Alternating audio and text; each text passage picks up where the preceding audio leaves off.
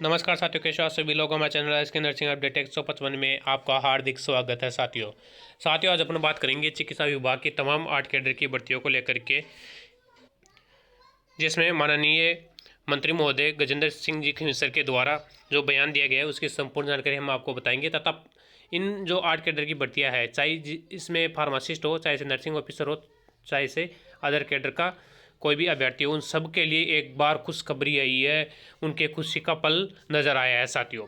तो साथियों किस प्रकार की खुशी आई है इसकी संपूर्ण जानकारी हम आपको बताएंगे, जिसके लिए आप बने रहे हमारे चैनल पे। सबसे पहले आप देख सकते हो ये फर्स्ट इंडिया न्यूज़ की आज की खबर है, जिसके अंतर्गत इन्होंने बताया है कि चिकित्सा विभाग के अंतर्गत 31,000 से अधिक पदों पर भर्तियाँ की जाएगी।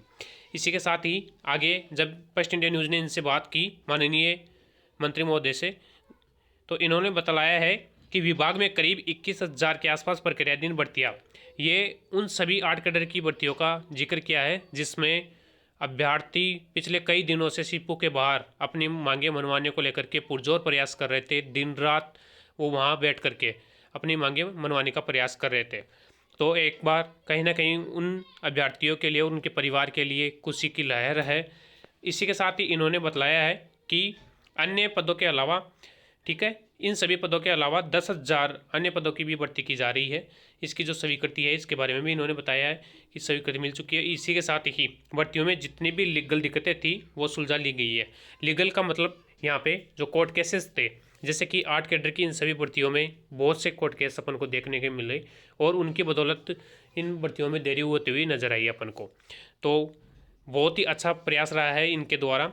और इसी के साथ ही इन्होंने एक खुशखबरी और दी है कि कैडरवार नियुक्ति की प्रक्रिया जल्द ही शुरू की जाएगी। बहुत अच्छा ये उन सभी अभ्यर्थियों के लिए जो वर्षों से इन वैकेंसियों का इंतज़ार कर रहे थे, जो वर्षों से संघर्ष कर रहे थे, और अब कहीं ना कहीं हरी झंडी मिलती हुई नज़र आ रही है इनको, और कहीं ना कहीं इन वैकेंसियों को पूरा कर दिया जाएगा जिस प्रकार से माननीय मंत्री जी का पूर्ण योगदान है इसमें। तो एक बार बहुत बहुत मुबारक हो उन सभी अभ्यर्थियों को जो संघर्षशील थे अपने आंदोलन में और अपनी आवाज़ को पुरजोर प्रयास कर रहे थे उठाने का।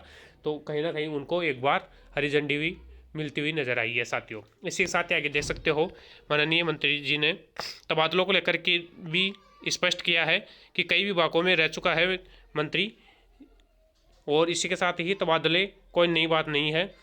इनके बारे में बताया गया है कि ये पहले भी मंत्री रह चुके थे और तबादलों का जो सिलसिला है वो कोई नई बात है नहीं है इनके लिए। यह जरूरी है कि चिकित्सा विभाग में तबादलों का काम ज़्यादा है, लेकिन मेरी कोशिश रहेगी कि पूरी पारदर्शिता के साथ तबादले हो। बिल्कुल साथियों, पूरी संपूर्ण सूचना इन्होंने उच्च स्तर तक मंगवाई है और मंगवा करके फिर बाद में तबादलों की प्रक्रिया पूरी होगी।